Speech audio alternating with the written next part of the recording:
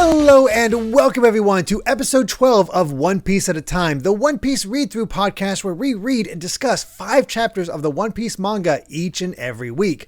I'm your host, Derek Bittner, and I'm joined by my wonderful co-host and freelance letterer at Shonen Jump, Brandon Bovia. How you doing, Brandon? How's it going, everybody? I'm Brandon Bovia, and I don't waste food.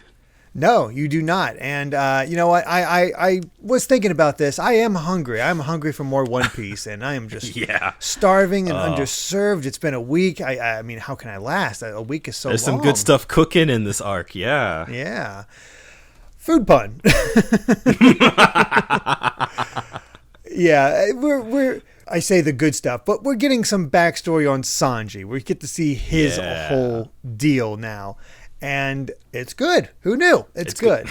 Just like everything else, everything else about this arc, except again, we'll see how its villain goes. But it's been, yeah. yeah. But let's go ahead and get this bad boy started with chapter 56. I refuse. And no buggy crew. I do like the simplicity of Luffy and Sanji hanging out for this one. Yeah, nothing too crazy, cute. But it's fun. Yeah, he's got some wine. Yeah, it's a good time. It's like a bull, or not a bull, like a buffalo smoking a cigar. Yeah, I mean, it took me. Yeah, I don't know why it's cool, but it is. Yeah, sure, why not? Yeah, we get to the chapter proper, and Gin has Zeph right where he wants him. He's like immediately threatening his life. He's like, yeah, he's just a cook. I'm going to splatter his brains on the deck. It has, as we mentioned last time, ripped off his peg leg. And I love that look at Zeph where he just seems ashamed. It's like, how could I let this happen? As we'll see later, I kind of get the feeling, I know he's sort of like a weak old man, but as we already saw, like Zeph just sort of like in the last batch of chapters, he was just kind of a badass. So I feel like if he really wanted to, he could snap Gin in half. Oh, absolutely. He is simply choosing not to. I sees this as a sort of maybe as a teaching moment. Maybe we never get his thoughts, but you could definitely see it that way. I mean, he has a gun to his head right now for sure. So caught off guard, I could understand. But yeah, seeing all of the things that we know Zeph can do, like, oh yeah. Like. I also love the ridiculousness of just how far his hat goes off into the background. Yeah, Oda really loves playing with it and using it to frame stuff. You get a sense of how far away Sanji and Luffy are, and yeah, I mean that hat could almost be lit on fire by how close it is. It really could be. If it lit, I can imagine a situation where it's like you're adding a little bit of extra tension where you're like, you got to do something because the hat's on fire and it's slowly burning closer and closer to Zeph's head. that's your ticking clock. Yeah. Luffy's ready to throw down immediately. But Sanji's ready to hear him out. And that said, no, I'm not getting off this ship. He refuses. Of course. Yep. And then he even decides to give Zeph crap, which again kind of plays into your idea that Zeph could handle this problem if he really wanted to. They're not feeling any of the tension right now. No. Just even despite the circumstances, they're still bickering and bantering at each other. It's great. It feels like a very strong father-son dynamic. Oh yeah. Everything's crap this and eggplant head and vegetable head, whatever. It's just, it all works. Yeah. But it also has this wonderful moment where it's like, stop treating me like a child, and then talking to Gin and saying, yeah, aim your pistol at me. And I'm sorry, Sanji, but that's not a pistol. That's a full-on shotgun. Yeah, seriously. That could most certainly do some real damage. Mm-hmm. And I'll be honest, I thought Pearl was gone for good. I completely forgot he came back. Yeah, he's here for just one last little bit. Yep. And that's where we're left with here, where if Sanji moves at all, Gin will shoot Zeph. And Pearl has no qualms. Yeah, just taking advantage of that and starting to beat the crap out of him. Oh, yeah. And God, those hits look rough. They really do. Punch against Sanji. Holy crap. Yeah. That has to be one of the most brutal looking hits we've seen. Yeah, and I guess like with the clang sound effect, it's like that is like pure metal just like hitting him in the face. Sending him flying into the railing, and it's just awful. and then freaking Luffy immediately ready to go throw down, but again, Sanji stopping him. Yeah, sticking to his guns. Yep. Pun not intended. But yeah, unintended pun. Gin, you could feel the desperation in Gin. He's like, he doesn't want any of this. Nothing's gone how he hoped. And he's just like, leave. Why are you doing this? My initial read of this, like, I feel really mixed about Gin as a character. Like, his actions kind of come off as kind of wishy-washy to me. Mm-hmm. As we'll see a little bit later. But, like, I guess when I think about it, it's more like he's lost all control of the situation, and this is kind of his fault. And so he's doing a crappy thing by having Zeph at gunpoint, but it's kind of like, this is sort of like, I guess, his mental calculus of this is the best thing that he can do right now. Right. So, I don't know. I'm coming off a little lighter on it, but it's still. I can see that because, in his mind, this is the best way, because any normal person would leave. Yeah, exactly. But, he's dealing with Sanji, who's not normal, and that's kind of why he got fed in the first place. So there is that sort of miscalculation there. But I can see that because, he, from his first introduction, the way he shot one guy in the back as soon as we first saw him, the tough guy attitude, like, this is a guy used to just walking all over people, having this hard attitude that just takes out anybody around him. But this kindness that he was shown, he is grateful for, and he only really gets along with Sanji and Luffy to a degree. And he thought, you can see that he truly thought Krieg would be the same way. And the fact that Krieg has kind of still stuck to his ways has thrown him off. So now he's sort of questioning, like, both his loyalty and the fact that he's so grateful. Yeah, for sure. It's interesting. I don't know if I can't tell whether it's the best handled or not, but I can see where you're coming from. Yeah, I'm coming off of it, reading for this recording, I'm coming off of it more positive than I did on my initial read. Mm-hmm. I guess thinking about it from another perspective, at least, like, okay, I can see what he's trying to do. He's just doing it the wrong way, but his heart is weirdly in the right place. Well, that's the advantage of doing this podcast and only doing 5 chapters at a time, because usually, especially nowadays, you'd be zooming by. You have no time to process this. It's just like, Gene's doing this different thing, but with a little bit more time to process, deal with all this, it works. Yeah, and we finally get some idea of, like, why Sanji refuses the ship and why he's protective of it, but also kind of odd about it, where we reveal that he won't do this because he doesn't want to lose the ship, which is Zeph's pride and joy. Everybody's like, well, I thought he hated the chef. And it's like, no, I took everything the old man had, which is a nice little clue into what's going on. The fact that he took his strength, his dreams, and he just doesn't want anything else being taken. He has I forgot the word. He has, like, regrets. Like, that was sort of an aspect of this part of the story that I had forgotten about. That, like, Sanji, I guess he's harboring guilt for what happened that we're about to see coming up. Yeah. And that's kind of what's driving him right now. There's a lot of guilt, and oh boy, then we get another one of those page turns, and it's not something immediately, but just that wind up is just enough to make you feel that second hit. Yeah. Well, we've got this emotional moment, and then Pearl just coming in from behind. Oh yeah, this absolutely ridiculous looking character smashing him in the head between the two symbols. Yeah. Again, these are some of the most brutal hits I've seen somebody take. Luffy has had to watch two people just get completely brutalized. I know. Between Zoro and Sanji, he's just kind of like, We are seeing the limits of Luffy's patience. It's not him watching a fight anymore and being calm and, like, letting them do their thing. It's these things are being stacked up against it, and he is losing his patience. Yeah. Oh yeah.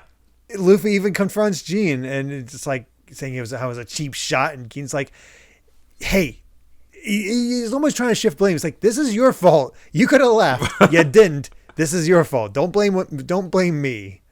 I mean, it is kind of Gene's fault, but yeah, exactly. Yeah, again, now with the benefit of a second read, I understand where he's coming from. Where he's just, like, if you'd listen to me, like, I'm trying to help you by being a crappy person, but I'm trying to help. This is the only way I know how.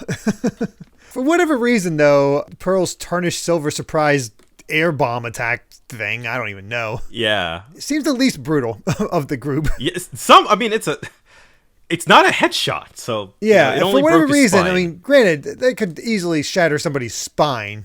Yeah. But the way it's drawn is more not. less brutal, it feels. I don't know. It's a wrestling move. It pretty much is a wrestling move.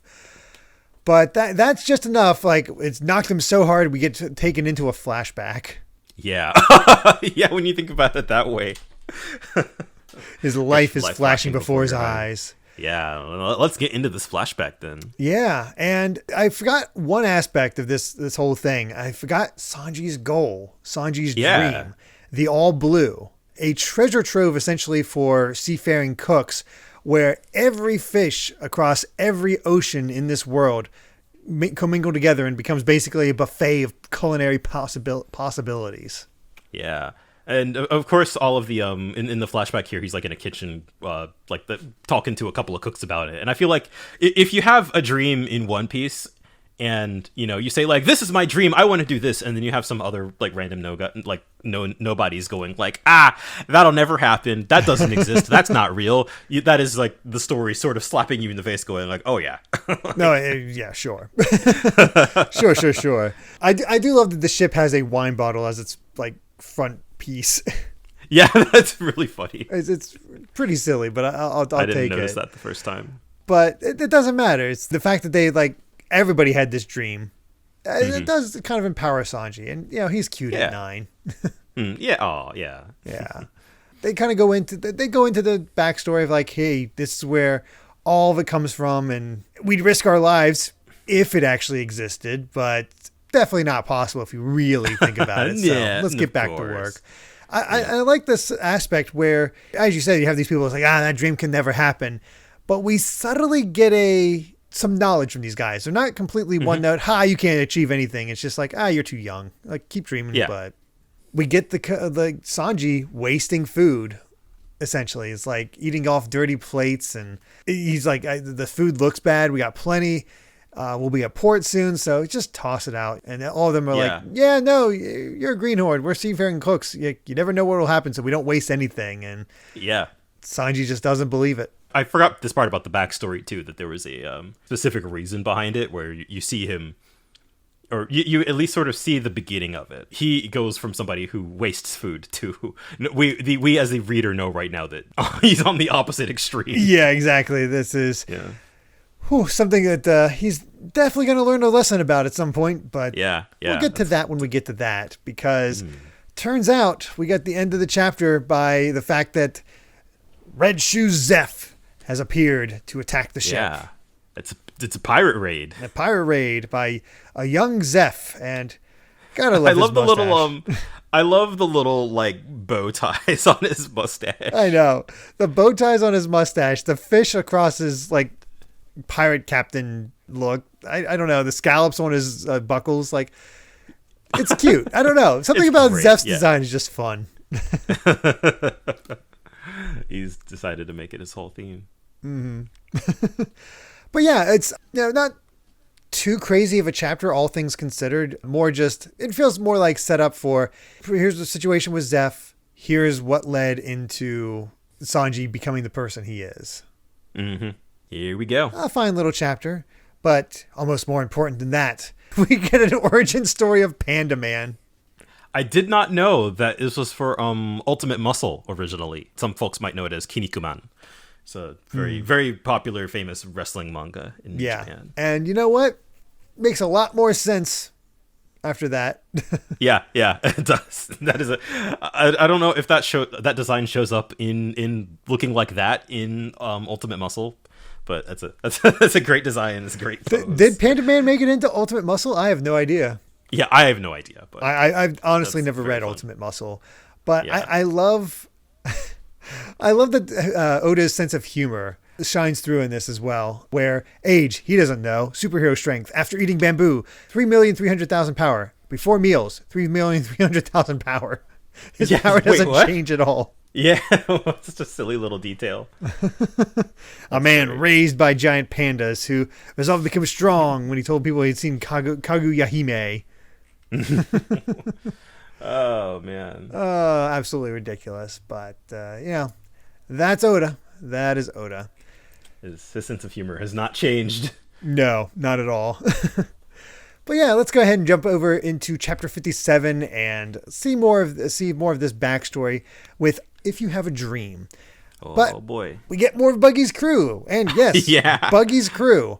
Turns out after that lovely moratorium, it's a duel between Koji and, oh gosh, I'm starting to forget their names. I think it's Moji and Kabaji? Kabaji. I combined their names. That's what I did. Yeah. But yeah, they had a funeral for Buggy and then just immediately started fighting to the death. And I love that he's not even fighting with his lion. It's all in the background cheering him on. Personal strength, and you got the whip versus sword. I'm down. This is great. It's honestly a pretty cool dynamic pose, and I love how all the other parts are like out in the open, like cheering, except Richie's hiding behind a tree for some reason, and Buggy's grave is front and center in the background between Moji's legs. It's so ridiculous. This crew, I swear. Yeah. But we'll have to see the outcome of who becomes the next captain next time. In the meantime, we get Zeph's ship, which is a massive vessel. Ship. It's massive vessel. Good. I love the chicken mast and the chicken pirate flag. Not even a Jolly Roger. There's no skull part of it. It's just a chicken with fork and knife. So it's so silly. But I do love this detail where it's like, oh, it's Zeph. He's back from the Grand Line. I mean, we had that confirmation before, but it's sort of cool that like this takes place right when he comes back. Yeah. And it's also wild that he returns to the Grand Line, braved that supposedly wild, dangerous, insane place from everything, the pirate graveyard. And as we'll see later in this, the East Blue, the weakest of the East of the oceans, takes him down, kind of. Yeah, that's funny in a cruel irony. Although I'm sure he would have been fine if not for Sanji, but still kind of an irony to that. A moment of weakness. And we get to see that Zeph was a pirate where, he's having his men brutalize people, not directly hurt anybody, but definitely steal all their stuff. I loved this detail. I completely forgot about this. Oh, where, in the middle of the raid, Zeph, he finds out that like one of his crew was stealing food, and he was like, that is the like he just like kicks him. Yeah. Straight up. He kicks his own crew member and is just like, we never touch other people's food. Like I don't know. I love that we see all of these different representations of like what these pirate crews are. And everybody seems to have their own little, like, sort of twisted sense of morality, almost. Yeah, exactly. We'll rob them. Like, it's only monetary stuff, but we do not touch their food and leave them in that much trouble. Yeah, to the point of when, like, he kicked his crew member, he's grabbing him by the head, he's bleeding out. He's not dead, though. Like, yeah, but he's just like, that is... Yeah, it's sort of just... He's like, how many times do I gotta tell you? I'm just like, it's hardcore. He also calls everybody an eggplant. I don't know why. Yeah, that's just his thing. I don't know. It's kind of cute almost. Yeah, a little bit. But Sanji shows up. He's like, I don't want to die. Stay back. You got these giant knives. He's just completely convinced that these guys are going to try to kill them all because, well, I guess they're pirates. Zeph also kind of showing his brutality where he's like, hey, if the kid wants to die, go ahead and kill him. Yeah, seriously. But don't take his food. Yeah. But he's like, Sanji's like, I'll kill you first. And obviously Sanji stands no chance against Zeph. Yeah. But he's so desperate, he actually bites Zeph's leg and reaffirms his assertion that I'm going to find the all blue. That's my dream. And, then I think about it, kind of ironic that Sanji is biting Zeph's leg. Yeah. Oh. I do love, we're sort of seeing this small peek at Zeph in his prime, and just like the kicks that he's been doling out just in this one scene are brutal. Like, they get sent you can tell flying, there's so much damage. Yeah. It's crazy. Of course, the other Zeph's crew laughs at him. Zeph does not laugh. Yep. He just sort of kicks him away again. Sanji's still defiant about it all. Before anything else can happen, the storm that's been building up has definitely gotten a lot worse. So they're like, all right, we got to get out of here. Load up the treasure. Let's go. And then a giant wave carries Sanji off overboard. And that's when Zeph jumps into action. He kicks the mast. Which looks awesome. It does. He kicks the mast apart, grabs hold, rides it down into the water carrying it so he can rescue Sanji. And then, which... I wonder if they would have... We don't know the status of those crews. We see the giant wave overtake both of those ships and whirlpools and all this other stuff. And all we end up with is somehow Sanji and Zeph end up on this huge rock outcropping where no way they can get away. Yeah, they're just straight up stuck up there. I wonder that, we know Zeph is powerful. Do you think he actually could have kicked holes in the rocks so they can actually try to catch fish?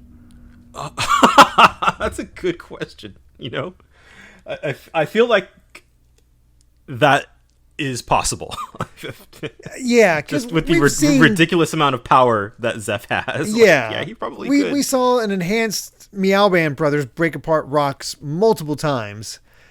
Zeph has to be more powerful than those guys at this point, kind of obviously, honestly.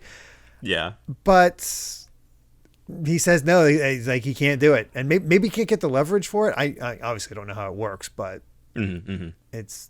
I don't know. It's just a thought I had about it, but yeah, the two of them have wrecked on this outcropping, and Sanji's of course upset. It's it's all your fault. I'll bash your head in. So he just says, "Quit yapping. I could slit your throat and eat you," which he probably could. He probably could. He really could. Steph just sort of takes it, is very pragmatic about it. It's all we can do now is sit and wait, and it could come tomorrow. Or we could just wait long enough that we just end up as bones. And he splits up the food between the two of them. He has a bigger bag, which Sanji immediately points out. It's wait, that's more than I got. And he's I got a bigger stomach, so put up with it. Here's if you eat normally, this will last 5 days. So there you go. You can stretch it a bit if you eat smart. Yeah. Oh man, this is it's such a desperate situation. And then they just separate. There's a rock outcropping separating the two of them, and he's watching one side, Sanji's watching the other. We just hope we have some luck, and just gotta sit and wait. Yeah, which is already a horrifying situation. Absolutely horrifying just to imagine that such situation and the desperation of it all. But Sanji has his stomach rumbling. He's looking at the sunset. It's as soon as he feels hungry, he starts reaching for the food, but it's nope, gotta make it last. So he just sort of lets it go. And you can see, it's so subtle because he's also kind of wet, but his fist gripping so hard, you can see the little bulge of his veins. Yeah, that's tough, man. And what a dichotomy of this next page where I don't want to die as he just sort of bows his head. And then we get something the anime definitely did not show.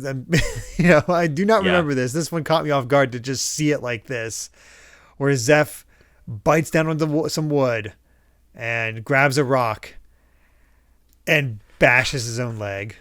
Yeah, oh man. Oh, it looks brutal. Oh my God. Yeah, I definitely forgot about that part too. It's just Yeah, here we have, a young 9-year-old Sanji just I don't want to die. I'm so hungry. And Zeph's just I'm gonna cut off my own leg. Yep. That's what's gonna happen here. Yeah. So. Or I guess it's really cool, I guess, if you're somebody reading this for the first time and you see that you sort of learn in bits and pieces over the course of the story arc. You see, Zeph had a peg, he has a peg leg. He was a super powerful pirate.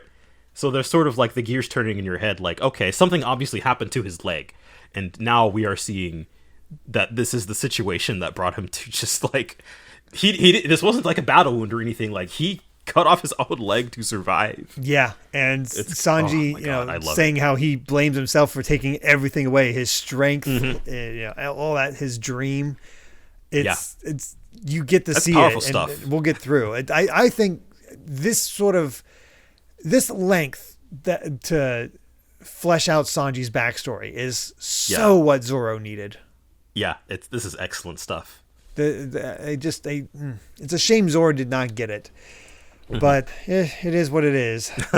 This sets the tone, I think, for backstories from this point on.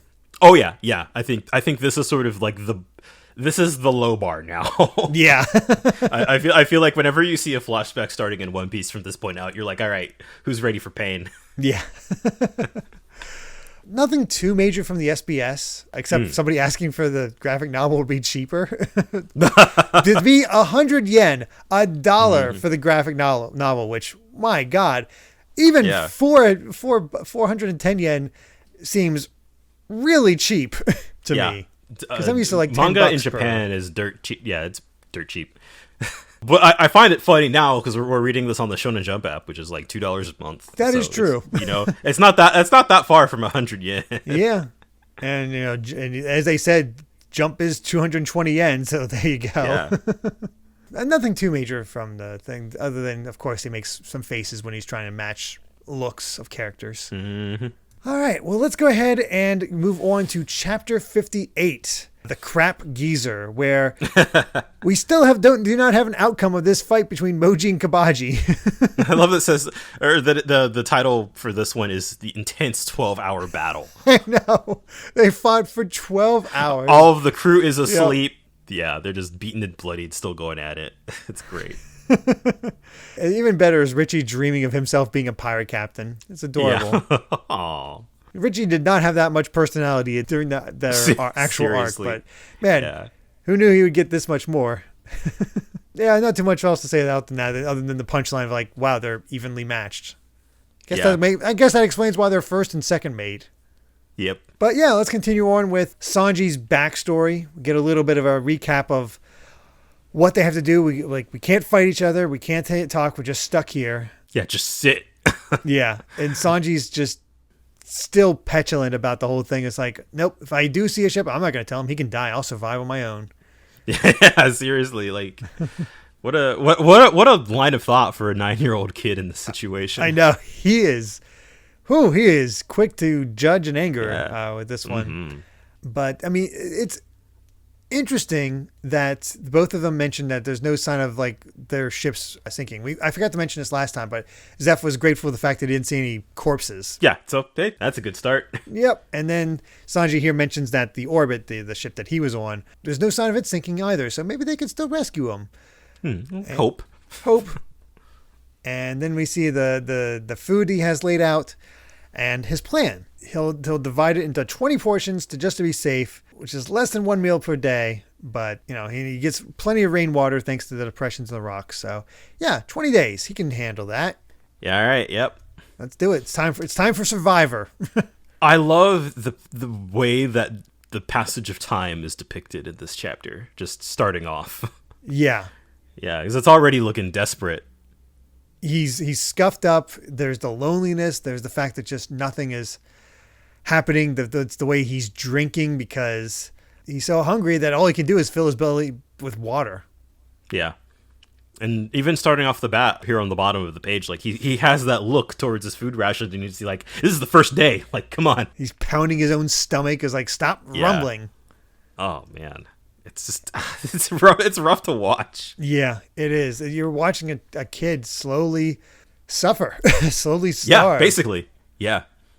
And then the true kick in the teeth, day 5. He even has a little shelter set up to protect his food from the rain. Sees a ship, and he tries to light a fire to signal them. But because of the rain, it's too wet to burn. And he's desperately calling out to them. Yeah. Nothing. Oh, man, nothing. Yeah, and this one, you get a whole page dedicated to him, like, trying to scream out to it. And it's just, like, I love the way the sound effects sort of overshadow, like, yeah. You can see him yelling out, but it's all just like the sound effects overpower him. And that one long distance shot where he's just a speck, but the hay is just huge, but there's a rumble as well. It's just it is. I completely forgot that a ship did show up early on. Yeah, it's just the desperation, and here we see on the next page is day 25. Yeah, just the desperation is sinking in. It is, oh my God. Yeah, and it's his last piece of bread. It's mostly mold on it. Mm-hmm. And that's when he starts thinking about the other chefs and now they have so much food. They're eating off dirty plates, and he just threw out food that looked bad. Mm-hmm. And he never actually says anything. He just thinks back to it. Yep. And it's enough that he just like, if he'd eaten that meal, he would have been able to last that much longer. Mm-hmm.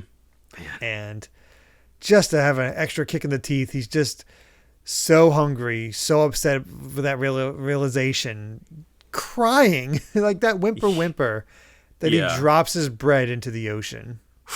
And the way it's drawn, the conveyance of hunger in this is so impressive. Yeah, and the way Oda's using the lines to see like his vision going blurry. Yeah, like man, that is so well done. And then it just gets worse and worse. And I don't know. I mean, is this possible? I should have researched this, because day 30, day 50, day 70.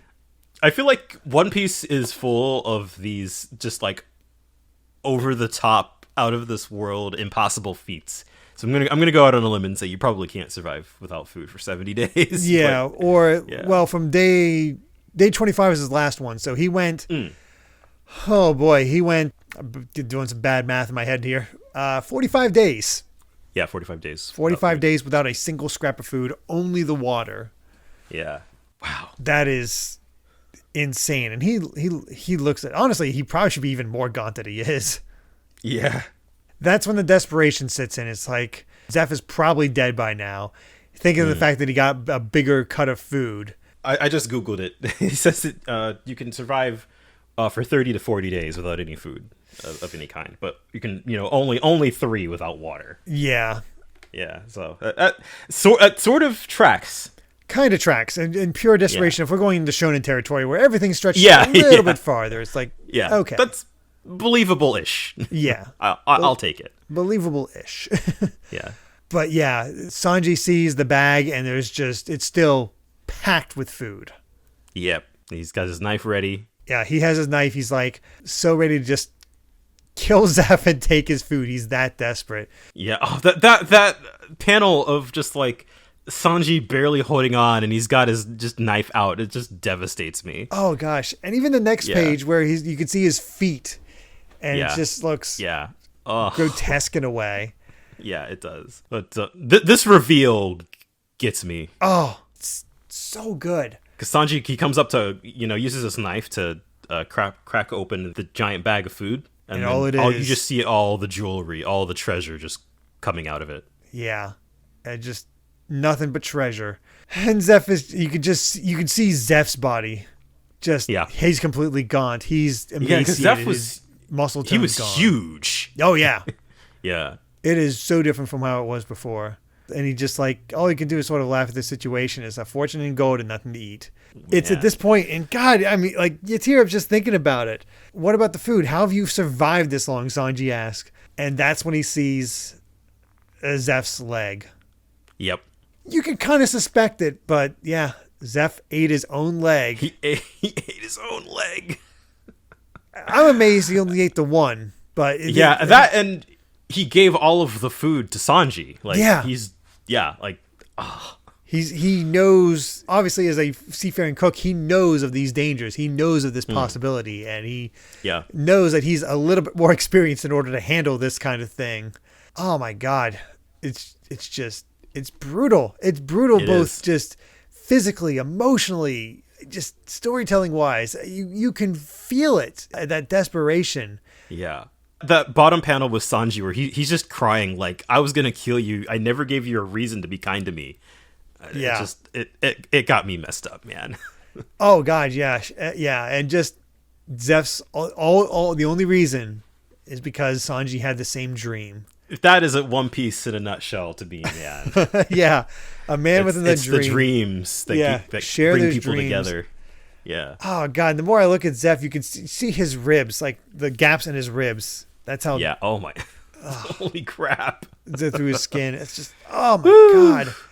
But yeah, he says that it definitely exists. And when the time comes, head for the Grand Line. We couldn't find it in a year, but what I did see made me truly believe in the All Blue. But he's lost the crew that would have sailed there with him. So doesn't feel like being a pirate without them. He really enjoyed that crew. They didn't believe in the All Blue, but they were good-hearted people. So That's what it was. Zeph's such a tragic character. He really is. In a lot of ways that I forgot about. It's like, man. Yeah, he gave up his dream for the All Blue so Sanji could find the All Blue. Because this young kid also shared the dream. Mm-hmm. And he just sort of pontificates on the ocean and how it claims people. And he even mentions that this isn't even the first time. I've been in a lot of tough spots where there was nothing to eat. And every time I thought, if only there was a restaurant. And that's when he mentions, like, that's why the restaurant's so important to him. A seafaring restaurant where somebody can, they can get food out in the middle of the ocean. And just, it's brutal. Yeah, it is. I'd forgotten that last little bit too. That was the specific reason why that he has an ocean-faring restaurant. But it makes sense, and it feels like it's the final piece to why. Like I was sort of already down on board because One Piece is about it's about following your dreams and protecting your treasure. So all of the stuff leading up to this about like, hey, we don't want to leave because this restaurant is important to us, and now you truly see that like Zeph had this idea, because he's been on the brink so many times. Time and time again, and this one that pushed him to the very brink where Zeph somehow hung on for another 15 days. Yeah. Not until day 85 that the ship that came by before, 3 months ago. Yeah, they were like, hey, I heard something. We should come back. Dear God. Why that took 3 months, I have no idea. Man. But this is where we get the fact that Sanji's like, I will help you with the restaurant. I'll become strong. And you kind of get why it's an antagonistic bond between the two. Yeah.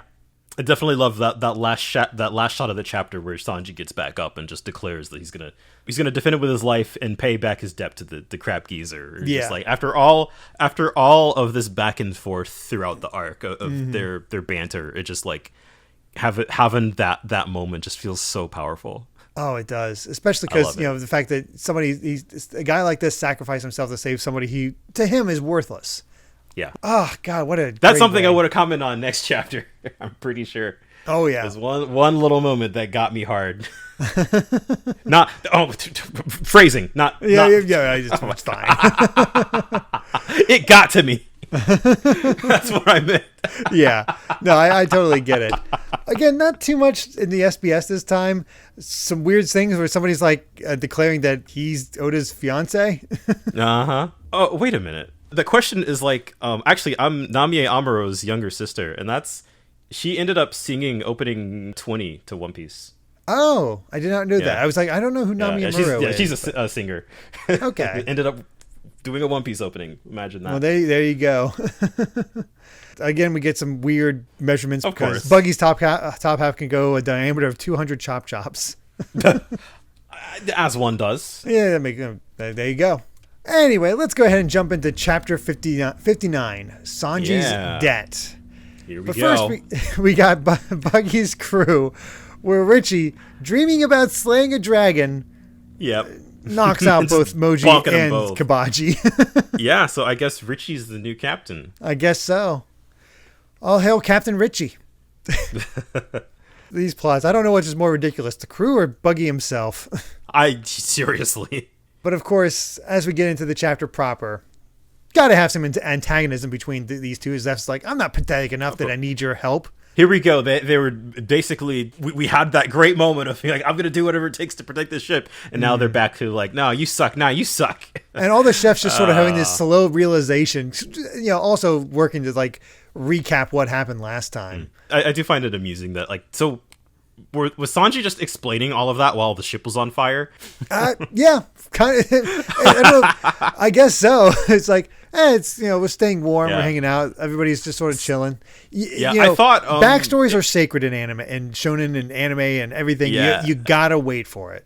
Yeah, I guess I had sort of just assumed that backstory was for the viewer, but then having all of the cooks acknowledge it, I was like, what? Nope, he's just talking the entire time as he's standing up. Okay. There you go. Mm-hmm. But yeah, now it's Sanji versus Pearl. Once again, Pearl's still ready to beat on him. Sanji's standing up. And Pearl is like all cocky again. It's like, it's winner take all, losers get nothing. And whatever the prize, the winner crushes the competition. And Krieg's like, yep, that's pretty much it. He's like, yeah, that's true. And God, Krieg sucks. This arc's not doing him any favors. It's like, maybe he's better than I remember. No, not really. No, it's like Krieg is still not impressed me. Kuro, I came around on because remember Kuro not really impressed me too much either. But then I remember Krieg not doing much for you, and that's not really changed. He's still not great. We'll see as time goes on. It sort of weirdly feels like he has zero presence in the story that is being driven by him, but he's just sort of like there, and he's just sort of like, I'm bad. It's definitely being pushed more by Gien than Krieg in this case. I didn't expect that. I feel like I didn't remember Gien being the more complicated character here. Krieg is just a simpleton that is just an obstacle. There's pretty much no personality trait to him other than deceit. Yeah, more or less. I love this little thing here. Is like Pearl's still talking, and Pearl's like, right, Gene, and Gene doesn't say anything. He just remains silent. A nice little moment there. And Pearl says a little thing about him being the leader in ruthlessness. Then talks to Sanji like, why are you wasting your strength standing there trying to stand against me? And Sanji's like, hey, for just a little bit longer, it can stay a restaurant. Oh man, that's a good line. Yeah, it is, and it's one of those lines where you get that little exclamation from Luffy. The he notices the no emotion. Yeah, and then the beatings continue. Another punch to Sanji's face, not as brutal as what ones we saw in the previous chapters. Yeah, that still looks like it hurts though. Oh yeah, it does. And the fire's getting bigger. It's reaching the restaurant, and even the other pirates are like, put out the fire. Get to burn shit. Trying to splash water on it. I love these shots of Luffy, even like he's just like just building up. Yeah, and Luffy just standing there to the side as he's taunting over Sanji. Yeah. And this guy, this complete idiot of a person, just laughing his butt off. And at that moment, it's so good. I completely forgot about this moment. These shots are awesome. Yeah. Luffy being done. Like, it's not a fair fight. He's tired of this crap. He knows Sanji's backstory. He knows why he's so desperate for it.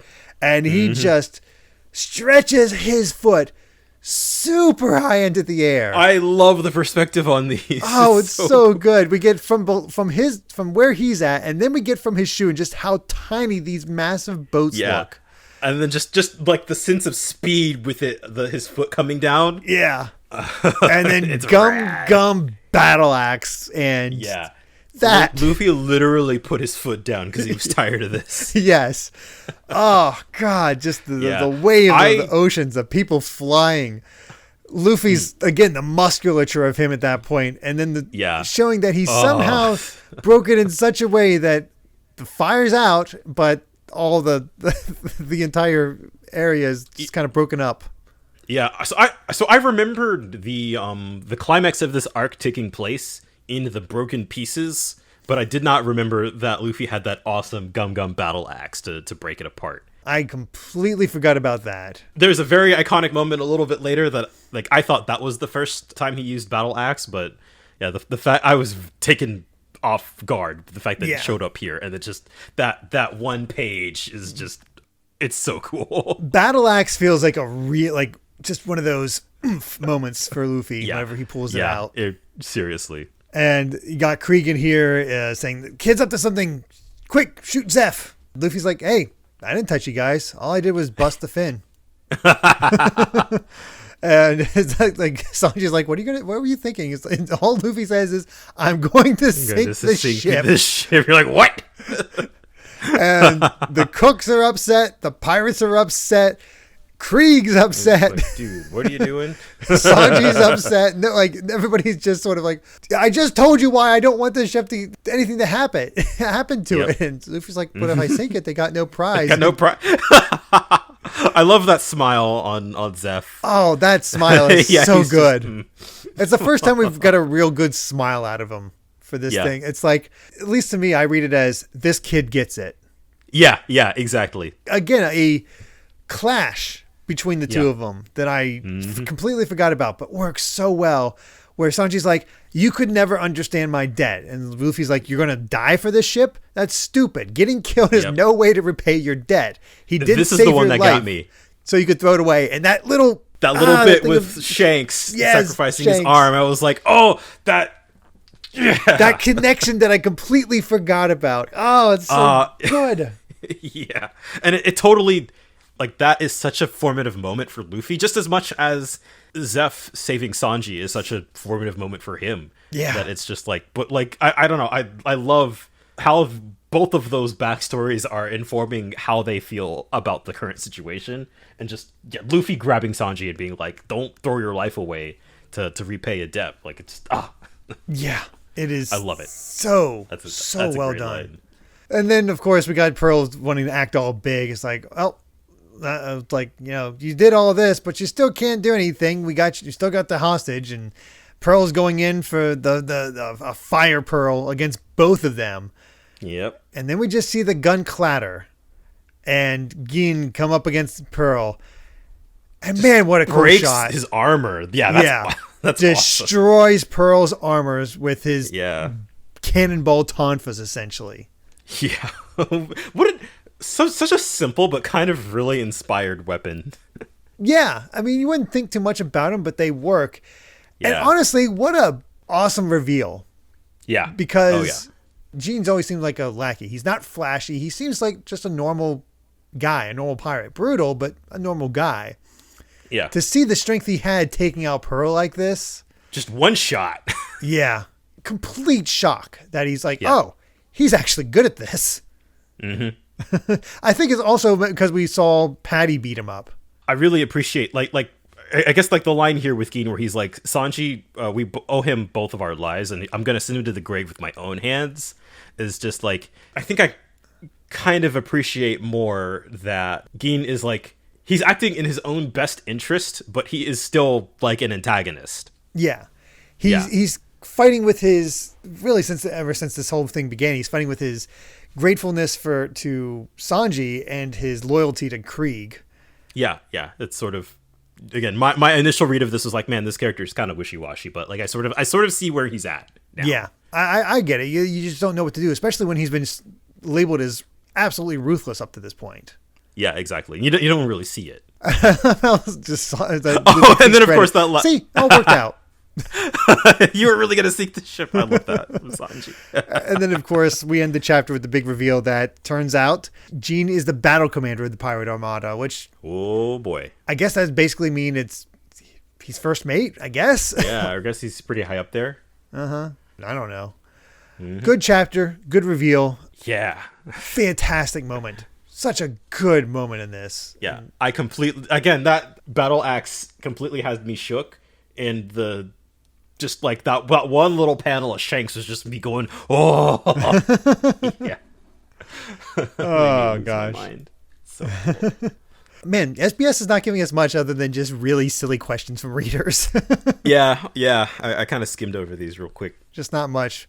Although, we do have a popularity poll that we'll see at the end of the next chapter, which was taken 2 or 3 weeks after Chapter 49, The Storm, which... I think they're at the end of this next chapter, right? I think I saw a popularity poll. That's when the poll is revealed, but it was taken 10 chapters ago from this point, at Chapter 49. Gotcha. So, I forget exactly which chapter that was, but I think Sanji was in the story by that point, I want to say. Either way, time for our last chapter of the week, Chapter 60, Resolution. And I guess we get a bit of resolution to the whole fight between the Buggy's crew to see who's the new pirate captain. And I joked about this because I had already forgotten that this was the result. Yeah, I wasn't like teasing it. I was like, oh. For whatever reason, I absolutely remembered this. It's like, yep, Richie's the new captain. That's great. Fair. Yeah. I kind of love how there's already a new... flag being like, man, they are quick. Yeah, there's a new flag, and they're just Moji and Kabashi just beaten bloody. We'll see what happens next time with the crew when we get to our next section. But for now, let's jump into this because we've got Gin on the offensive and not just hostage taker, where he's explaining that I wanted you to get off the ship without getting hurt, but that's not happening. Did you see what was happening with Pearl? He's like, this is my final offer. I'll kill you myself. It's like, and I love this little exchange. Thank you. Eat worms. And then the back-to-back with Luffy. I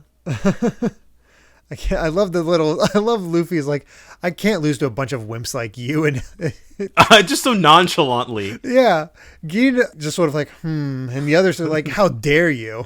I love the reaction shot from the Krieg pirates. You got this guy like flexing in the background. Yeah. And they're all like, "Arr." We're not wimps. We're just hanging out in the water because we like it. Yeah. Luffy just sort of points out the obvious to them. It's like, you're not tough. There's just so many of you. And they're all like, yeah. Verbal abuse. Yeah, hey, it works. Luffy's really good at the verbal abuse when it comes to just stating facts. Yeah, he's just stating what's on his mind. He's like, yeah, you guys suck. Yeah, and I love how Zeph is like, the chefs are freaking out, Patty and Carney are freaking out, and Zeph's just laughing. He's like, I love the way that, like, I feel like Luffy has won Zeph's approval over the past few chapters, and he's just like, he's having a good time with it. He really is. And that's enough for the pirates to be like, we're going to massacre him, take him out. And Krieg's like, nope, stand down. Getting all worked up after being called wimps. Only so that you actually acknowledge it. So just wait for the outcome. So quit screaming. I'm here. Relax. This is kind of odd coming from the same guy who like he just shoots people point blank for defying him. Yeah. And now he's just like, okay, you guys you're mad because it's true, but he's just like, okay, whatever. I mean, he knows it's true too. That's how he's doing this. He has numbers. He thinks his numbers and his deceitful tactics are enough. Yeah. And there's also a nice little dichotomy here as we go on a little bit. They're commenting, it's like, man, what authority. He's not the boss for a 50-ship fleet for nothing. And then Krieg just calls out to Luffy, of the two of us, who do you think is the king of the pirates material? And Luffy just says, me. Yeah. That's a great gag. The top of both these pages, we got the doom for Krieg, which looks kind of menacing. And Luffy's doom is just sort of goofy. He's like, me. Me. Yeah, that's all. And it's just enough to drive Krieg up like mad. It's like, ugh. It's like, well, there goes the composure. Time for Krieg to step in with the MH5. And even Gin's like, no, not that. Yeah, like, oh, everybody's freaking out. Luffy's like, it's a cannonball. I'll just bounce it right back. And Gin just like, let me kill him. It's like, Krieg's like, nope, don't care. This is war. Yep, this is war. Honor, mercy, doesn't matter. All that matters is victory. He shoots a poison gas cannonball that'll turn them all to mush. He's like, this is true strength. Poison. That's how we do it. Everybody's freaking out. His pirates are putting on gas masks to dive underneath. Yep. And Luffy goes to knock it back. Sanji seems to sense that something's up. Yeah, he definitely seems like something's up. And just as he's about to knock it back, that's when Gin's like, wrong. And a bunch of shurikens fly out and hit everywhere. This is the Don Krieg pirate special technique. Lying. Yep. And the thing is, it could have been poison because his crew seems to be like, oh, it was shurikens. They didn't know it wasn't poison. Yeah, so he baited everybody. Yeah. It's only one who knows is Gin. It just so happens that it happened to be a shuriken that can actually like damage Luffy. I mean, because Krieg didn't know that Luffy had a devil fruit, so he just kind of got lucky that he used something that could end up damaging Luffy. Yeah, I think that's. I mean, we'll get in as we get into the fight with Krieg and Luffy, because obviously going to happen at some point here. I don't know exactly when, but it's coming. Yeah.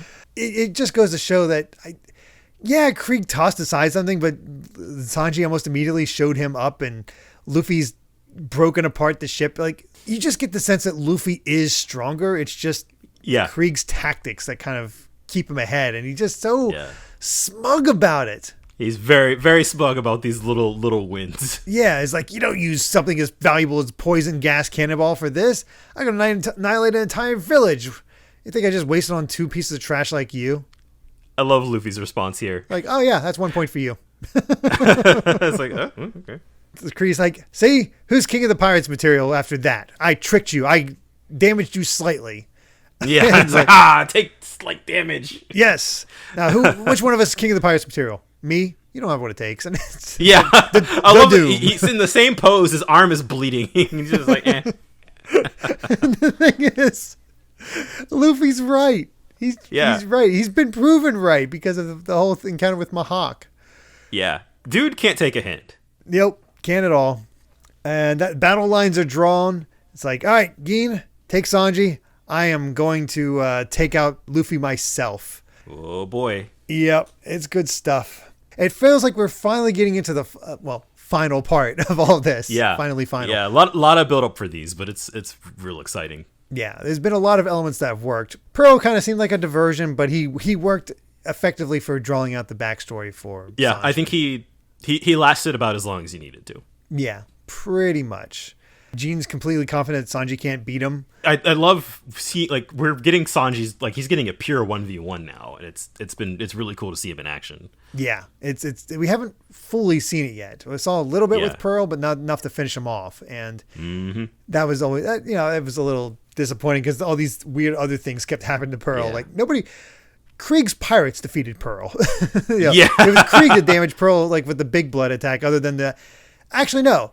Every hit against Pearl was caused by Krieg because Luffy getting sent into Pearl, the mast falling into Pearl, smashing his head down, and then Gin taking out Pearl. Every piece of major damage was done by Krieg himself. That is so wild.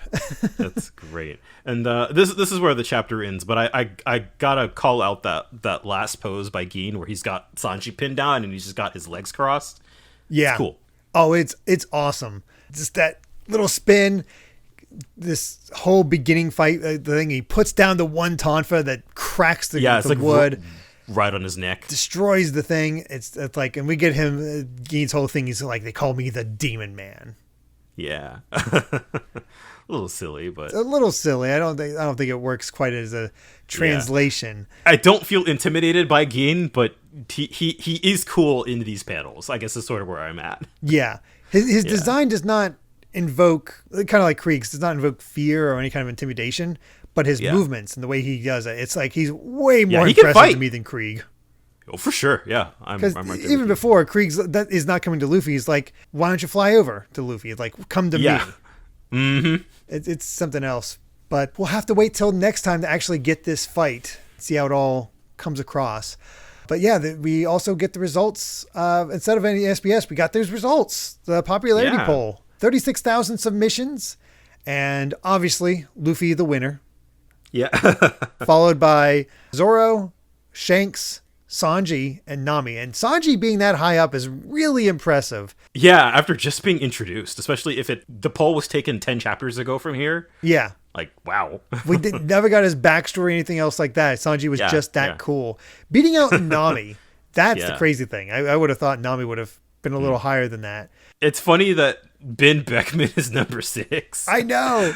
Yeah, all he did, he shot a guy in chapter 1. And that's all he's done, and I'm pretty sure that's all he has done in the entire manga. Pretty much. I mean, he just looked cool. That's really what it came down to. It's a good design. Also, poor Usopp getting beaten out by Buggy. Yeah. You know what?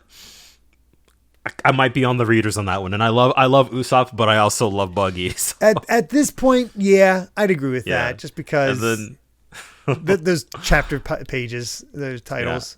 Yeah. And then Captain Kura and Kuina wrapping up 9 and 10, the top 10. This being the first popularity poll is very funny. Oh yeah, fun choices. It's crazy to me. Like, I'm looking down a little further down. Gin was 11th. Yeah, wow. Gold Roger was 13th. Mihawk was 14th. Gaimon, of all things, was 15th. Yeah. What in Which, the world? you know what? He beat out Krieg. I'll give him that. But he also beat out Kaya, which is weird to me. Like, okay.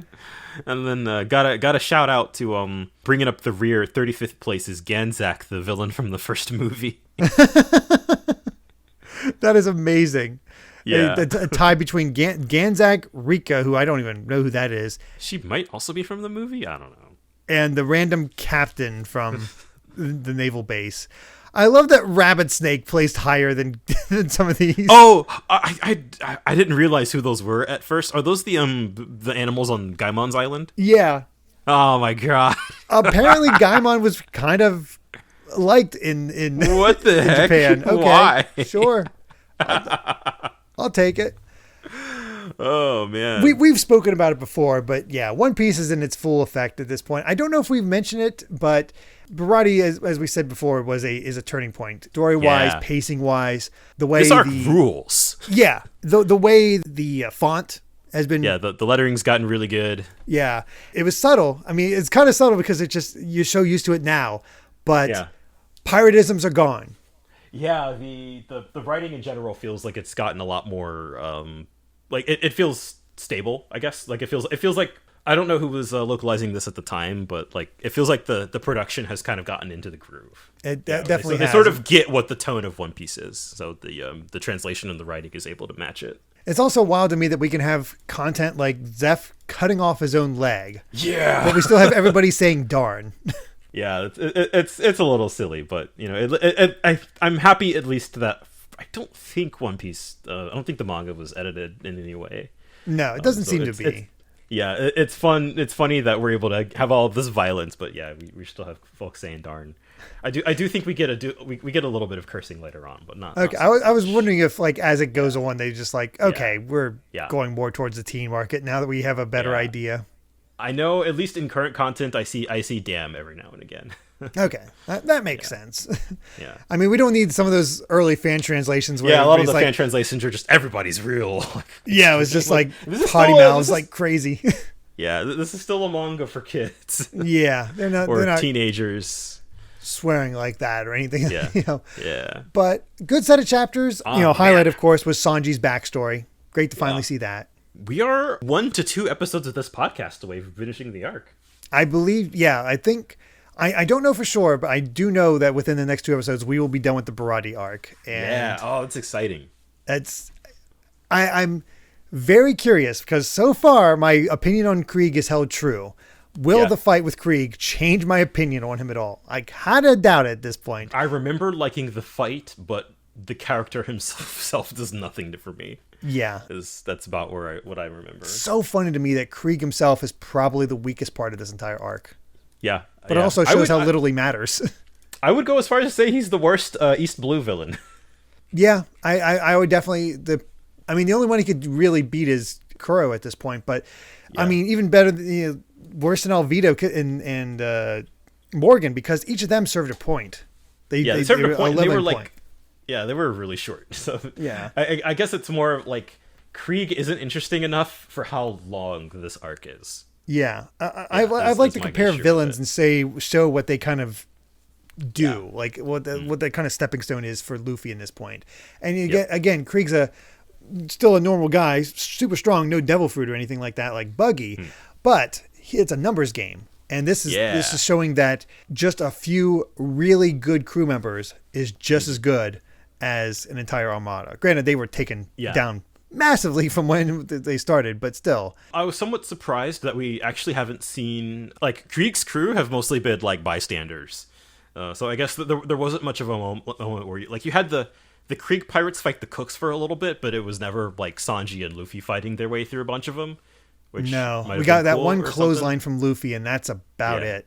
Yeah, and then they're just kind of taken care of, and got offended when Luffy said that they were weak. I mean, would you want to fight Luffy after he did the battle axe? Probably not. I'm like, I'm good. I'll just tread water here. That panel is gonna live rent free in my head for a while. It's sick. Oh yeah. Good stuff. But I believe with that, we have said all we wanted to say about chapters 56 to 60 of One Piece. Thank you so much for listening, and you can find more of my ramblings and stream VODs over at BitNerd Games on YouTube or BitNerd with an underscore at the end on Twitter. Brandon, where can they find you at? I'm at Brandon Bovia on Twitter. If you want to see me talk about my job on occasion and just, manga I'm reading, anime I'm watching, and all that fun stuff. Yeah, absolutely check it out. And if you'd like to help us out even more, you can support the podcast over at patreon.com/Derek Bittner. That's DERRICKBITNER to listen to the next episode 3 days early. And make sure to return next time as we discuss chapters 61 to 65 of One Piece. Until then, my friends, bye. Remember to take life one piece at a time.